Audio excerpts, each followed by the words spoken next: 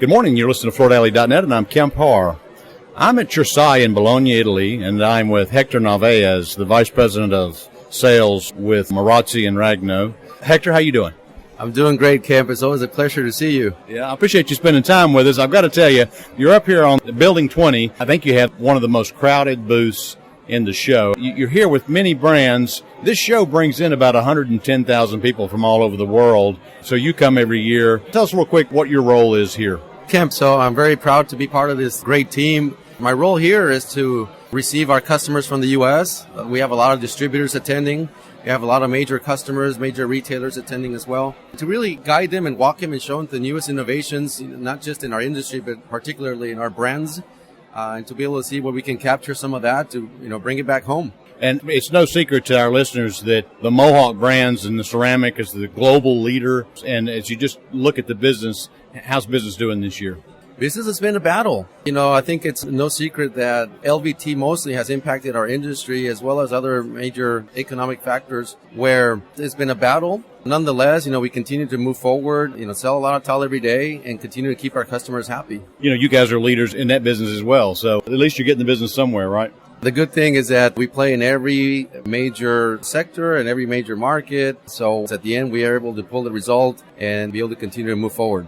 If people haven't been to this show before, then they wouldn't be able to understand the scale of it. You've got a massive booth here for Marazzi, a massive booth here for Ragno. You also own Iliani. They're at another place on the show. And you own Emil Ceramica, which is another Italian firm, and they're here. So, you have major presence. There's no Mohawk logo here. Most of these people who buy tile are buying from these brands, have been buying from them for a long time. Tell us a little bit about what your brand messages are. We're standing right outside of the Ragno booth with a big 7-0 next to it. Yeah. This is our 70th anniversary. Very proud, to be part of this. So our message is, we have the two major Italian brands being able to take our products worldwide, including the U.S., of course, and being a strong player in this market.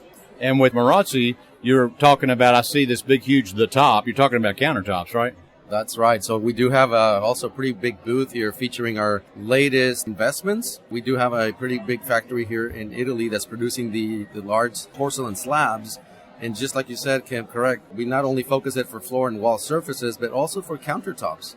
We are making the 12 millimeter that is being utilized. When I mean 12 millimeter, I'm talking about the thickness of the slabs, which is normally 6 millimeters, to be able to use it on countertops and being able to work them effectively. Let's talk about the trends real quick. It used to be ceramic tile. It was on the floor. It was on some walls. And in the United States, it was primarily kitchens and baths.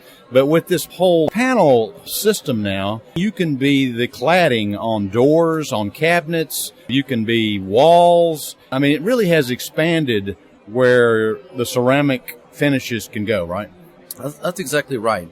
You're able to bring the beauty. If you think of natural marble, you see marble tables and marble everything.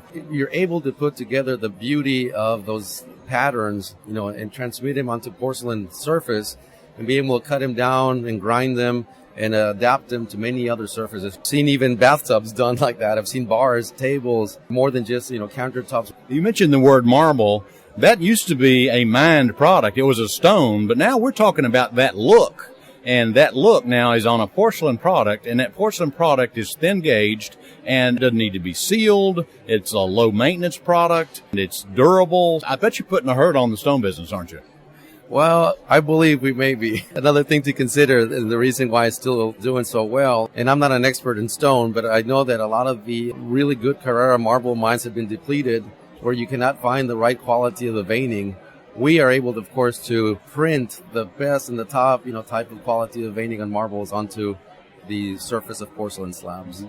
Let me ask you a question. Right before I left to come over here, we got the news on this countervailing duty on Chinese imports into the United States. So now, effective immediately, there's a new 103.7% countervailing duty tax on products coming over from China. I know that Mohawk was one of the 8 companies that filed with the Department of Commerce to get this done. This is probably going to be good for business, don't you think? We need to stay tuned to see how business will develop. You're right. We are part of the Coalition for Fair Trade.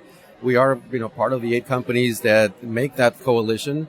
And now that the countervailing duties have been imposed, we will see how the business develops. We were also part of the importing of that. As you well know, we have a stake in a big factory in China, which actually we have a lot of great goods coming from there. We need to find a way to maneuver through all that.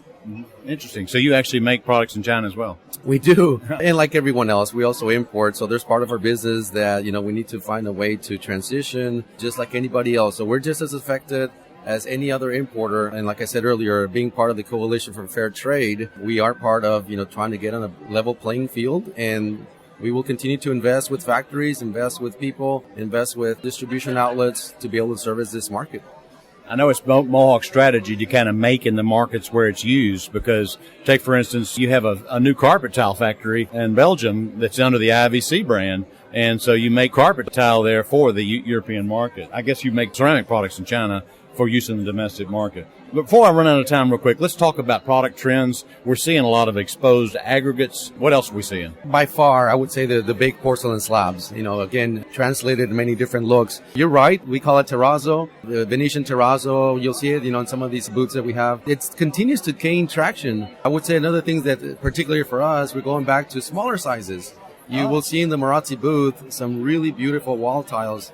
They go back to the inspiration of the Moroccan handmade Zelige type of wall tiles, similar products like that. So while you see those big porcelain slabs that are 5 by 10 feet, you also will see a 4 by 4 inch handmade tiles that are just beautiful, going back to the origins of handmade ceramics.